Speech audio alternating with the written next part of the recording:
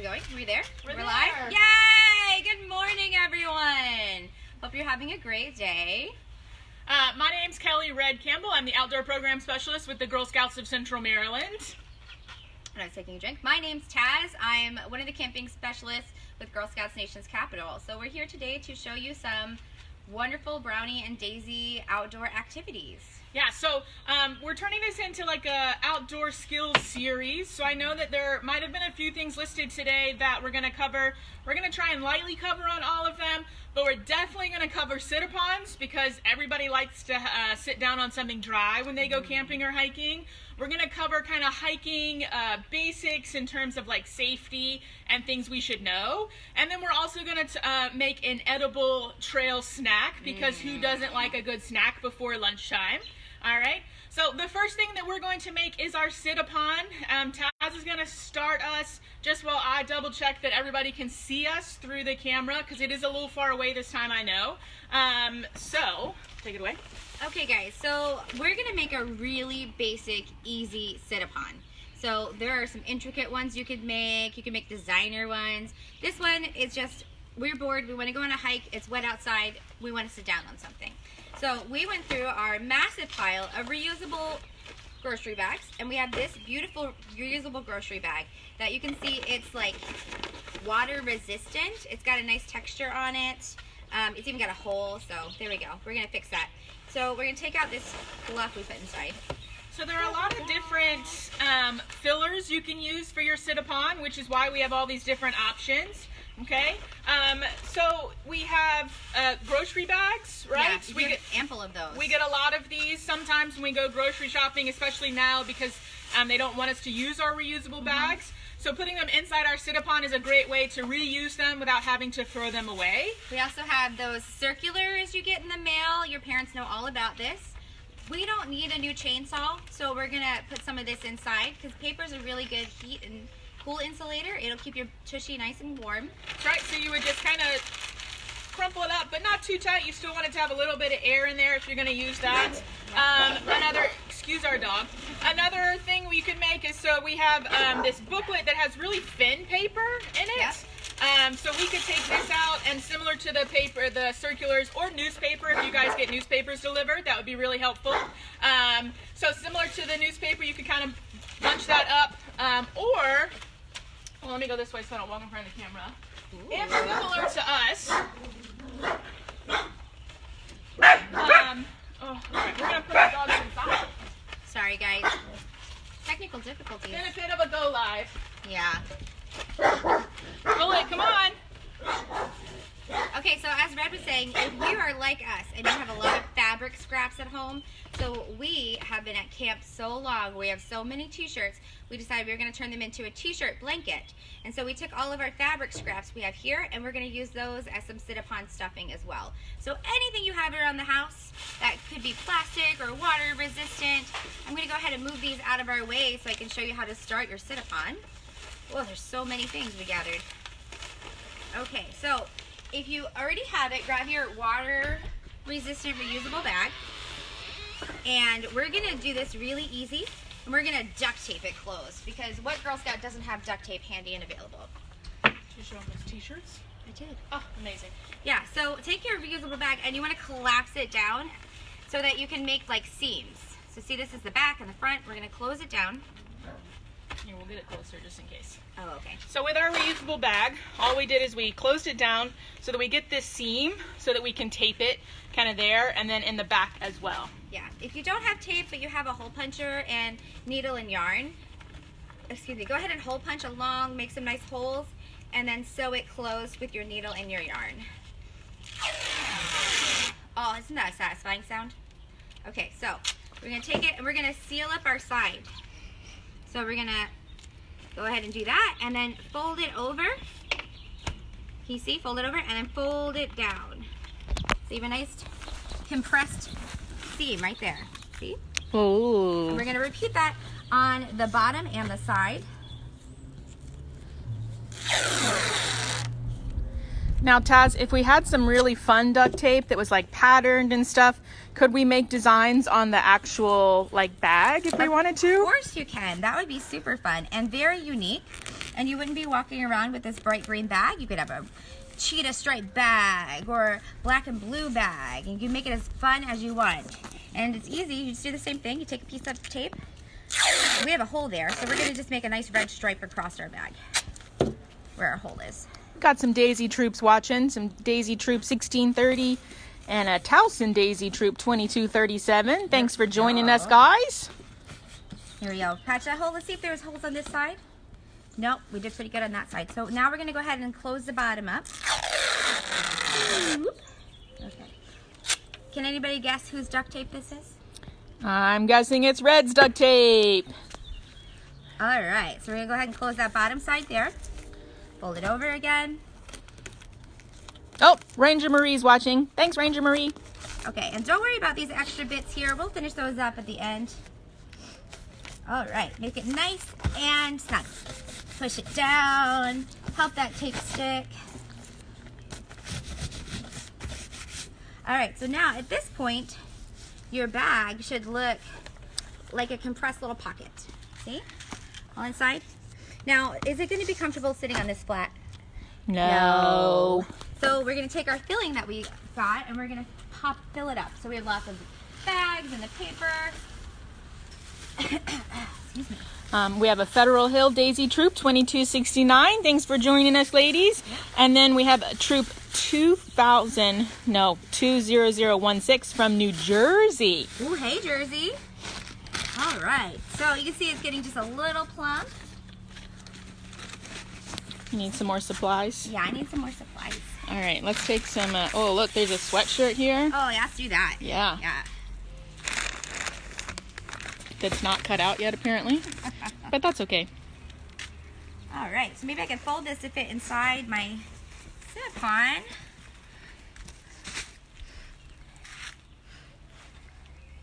Sweatshirt's probably going to be really comfortable to sit on, huh? I'd say so. All right. I might need to make space for it. It's all part of the process, ladies. You got to figure out which one's going to be your best for your sit-upon. Yeah. All right. Woo! I think all we need is this sweater. Look at that. Okay, so now we want to make sure our filling doesn't fall out. So we're going to seal it closed, right? But these handles are really handy. Handles are handy. Handles are handy. So we're going to try and keep them. So let's see what kind of job we can do here. Now you have 2 troops from Pennsylvania, 1 from Ellicott City, and 1 from Michigan. Hello, everyone. We're going to just try and seal around the handles first so we can keep our handles.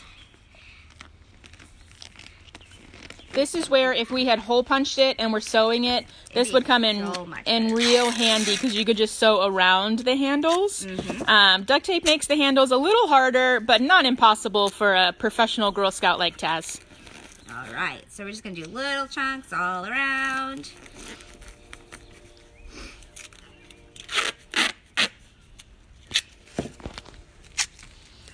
Whew. Cute. Okay. Fold that up. There we go. Okay, so, but we got to worry about this little hole here. So I'm not sure what I'm going to do with that. I think I'm going to try and go around the handle with a smaller piece of duct tape and see what that does. So just in case, so see this hole here, we don't want any holes in our sit-upon because then like moisture or anything else could get inside. So that's the hole that Taz is talking about. If I go around my handle, just small duct tape. So in case you can't understand duct tape in mouth language, she said, what if she goes around her handle with some duct tape and then it closes off that way? There we go. Now it's closed. So that one's still open and this one's closed. There we go. So we'll do that again. The colored duct tape, one with the designs, is actually really easy to tear. Whereas regular duct tape that your parents might have at home, the silver duct tape, that one you kind of need scissors to cut with. All right. So I'm just going around the handle to kind of make it a little circle and close it shut. You can see. So we'll start this one. And we'll go around. Looks kind of like a rose, huh? Look at that. All right. Oh, this person suggested that maybe you cut one of the handles off.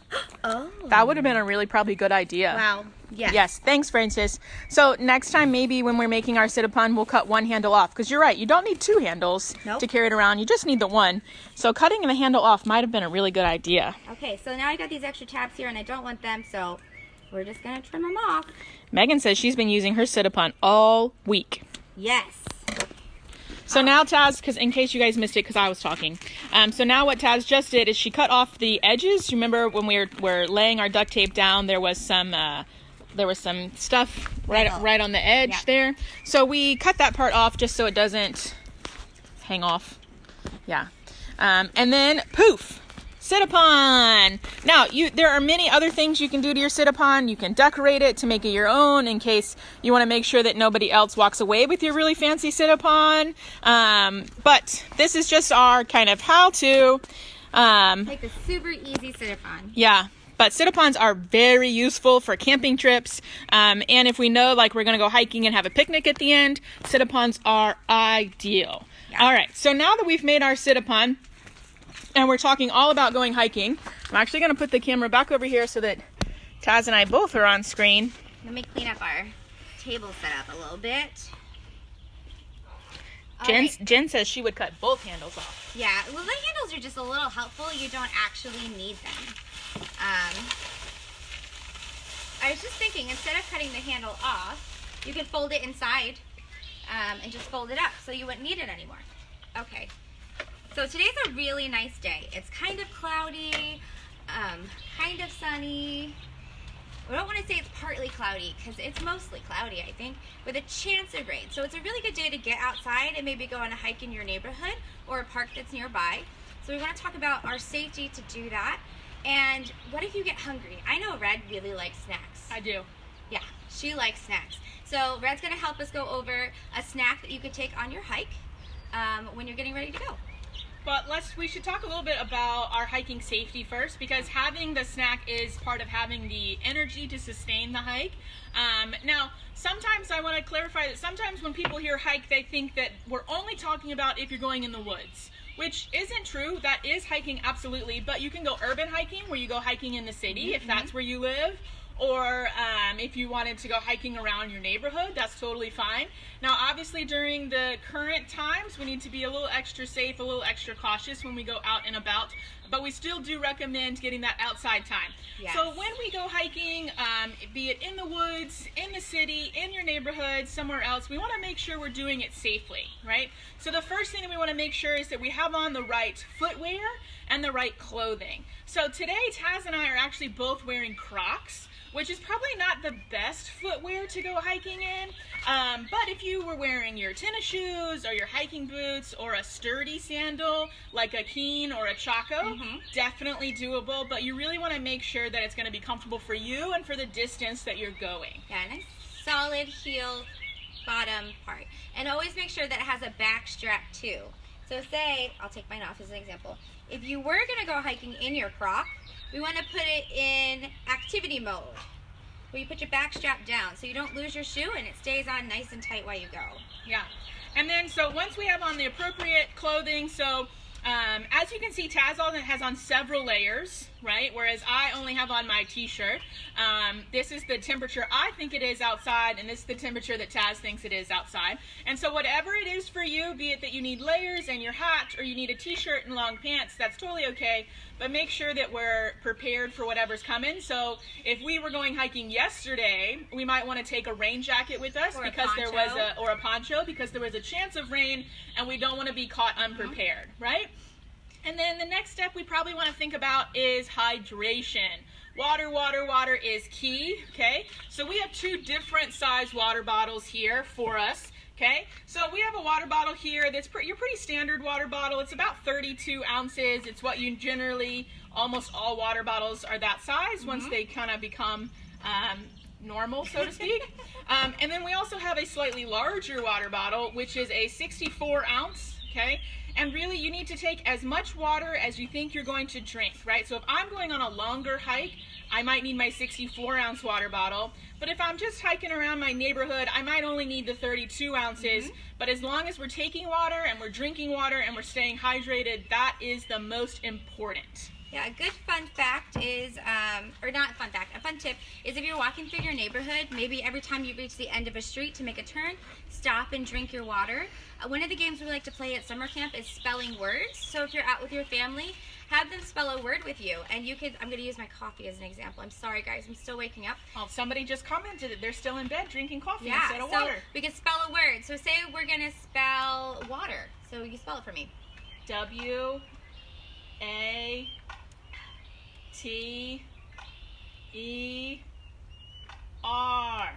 Woo! And I just got 5 drinks of water all in that one time. So it's a good way to practice spelling and drinking your water.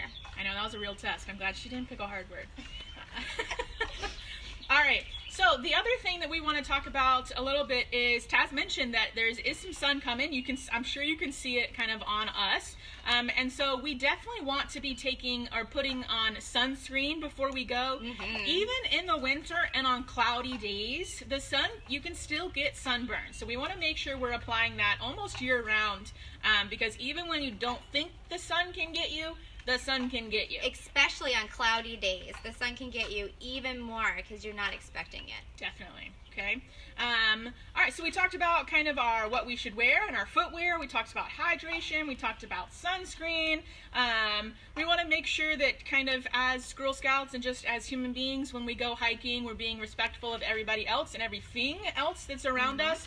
So we don't want to be running and screaming unless that's like we're in a big open field and that's playing a running screaming game. Or unless we're playing a running screaming game. We just kind of want to be respectful of everything that's around us. So we want to just kind of keep our volume at a normal level, things of that nature when we go hiking, regardless of where it is. And then the next thing we're going to talk about, which is probably everybody's favorite part, is snacks. Wait, everyone, I think Red forgot something very important, and I bet you guys could all tell me what it is. Just wait a second. Whenever you go anywhere, the first thing you're supposed to do is tell an adult where you're going and ask permission. Definitely. Definitely. The next thing you should always do, especially with Girl Scouting, is always have a buddy with you. So in this day and age, it's probably somebody that lives in your house, or it could be a neighbor up the street. If it's a neighbor, make sure you observe your 6-foot distance. But always have somebody to go with you whenever you go out. Because if you fall down, you get lost, there's somebody there that keep you company or somebody to go get help.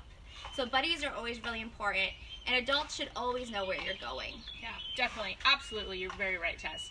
And one of the other things that we're going to consider when we go hiking is, and you guys might have heard this before, I'm sure you have, being the Girl Scouts that you are, is our leave no trace principles. We're not going to really dive into them right now because this is a series. We're going to talk about those in the next series to kind of give them the due, and then that will actually help us complete our badge work that we started today. So if you tune in next Wednesday when we talk about our leave no trace principles and a few other things, we'll actually be completing our Daisy badge and I think our Brownie badge. Brownie hiker badge. The Brownie hiker badge, definitely. All right, so now can we talk about snacks? Now we can talk about snacks. Now we can talk about snacks. All right, so one of the things that's really important when we go hiking is making sure that we have enough energy or enough stamina to hike the whole length, right? We don't want to get halfway and realize that we're too tired to continue.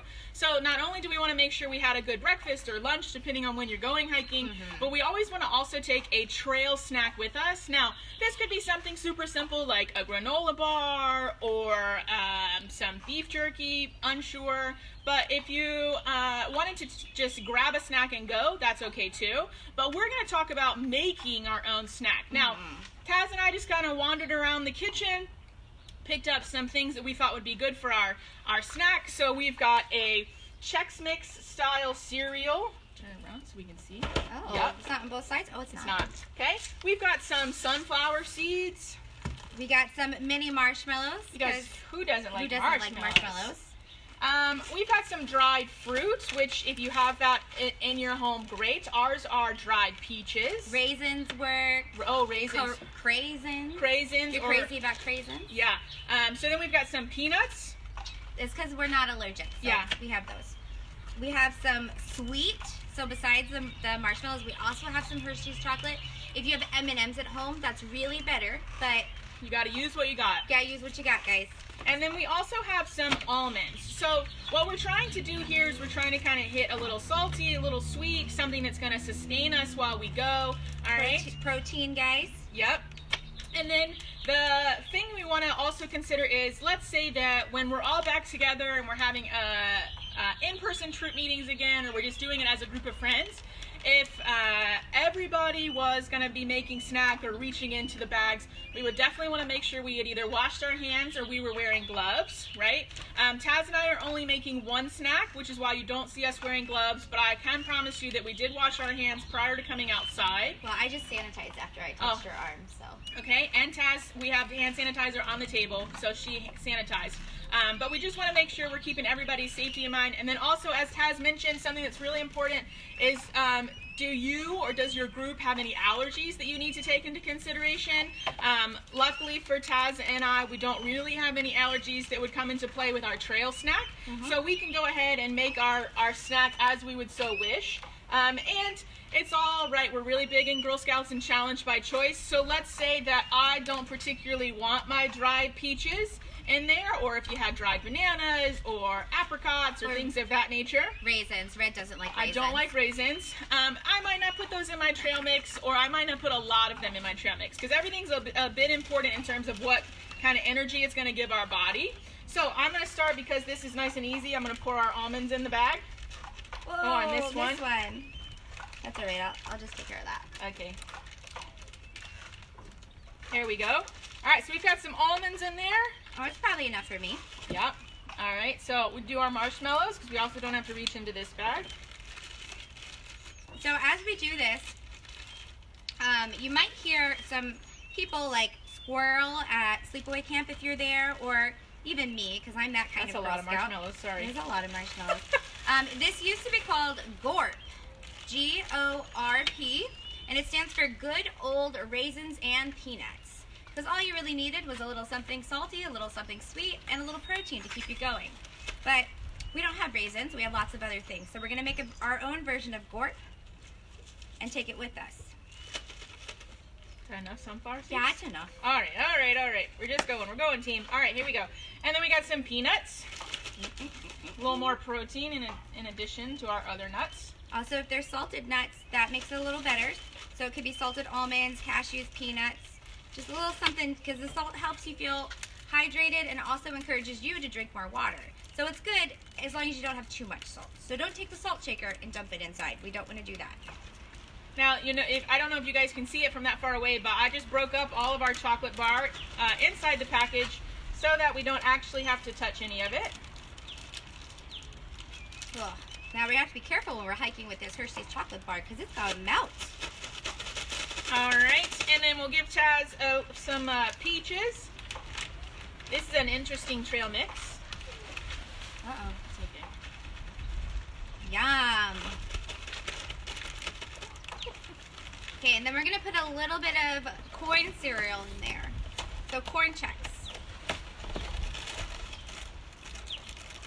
Which we haven't opened yet, but that's okay. Here we go. Yep. All right, just a couple squares. Ooh, nice. All right, so now I'll bring it up a little closer so you guys can see. Walk around. Okay, so this is our snack. So you can see it's got the chocolate and the marshmallows and the nuts and the seeds and the Chex Mix. And so we want to take it up and we want to mix it all up. So you don't just get one thing. Look at that. Now it's nice. It looks kind of like a fancy trail mix that you pay designer money for, but you made it at home. So we take this and put it in our pocket and go on our hike. Awesome. All right, so that's all, kind of the extent of our activities for today. So we made our sit-upon, which is super, super useful. We talked a little bit about hiking safety and some tips and tricks for you and your friends and any adults that might want to go with you. And then we also just made our trail mix, or our hiking snack, so we make sure we keep that energy level up. And then remember, this is just the first part in our Outdoor Skills series, so you tune in next Wednesday, probably about the same time. And Taz and I will touch base on Leave No Trace. Maybe we'll start on a few other outdoor skills. But by the end of our series, you guys will be outdoor experts. And I guarantee you that we'll have completed at least one badge. Wait, I have an idea, Red. Oh my gosh, what is it? Okay, so now we're ready to go on our hike. We have our safety, we have our snack, we have our water. And so say you've been walking your neighborhood every day and it all looks just the same. So let's try and do something fun and make it a new hike every day. So maybe while you're walking around, look for Girl Scout trefoils that people have put in their windows. Oh, okay. I hear lots of people are putting trefoils out to note which houses are Girl Scouts. So it could be a trefoil scavenger hunt. Or one of my favorites is an alphabet hike. So you walk around and you look for things like tree branches or puddles that make the shapes of the alphabet. And you work your way all the way from A to Z. You could also do a color hike, like scavenger hunt. You're looking for colors of blue and purple. Or maybe you decide, I want to find 10 different flowers because it's springtime. And so you want to find 10 different flowers on your hike. And then maybe go home and try and figure out what the names of the flowers are. Or draw them. So those are my ideas. Yeah, awesome. If you guys take Taz up on any of those awesome ideas, make sure you post them in the comments because we would love to see them. I'm sure other Girl Scouts would love to see them and get inspired for their next hike, wherever their hike is going to take them. But we hope that you guys are getting outside, especially when it's so nice out on a day like today, and enjoying all that nature has to offer. So we'll talk to you guys next Wednesday. Bye.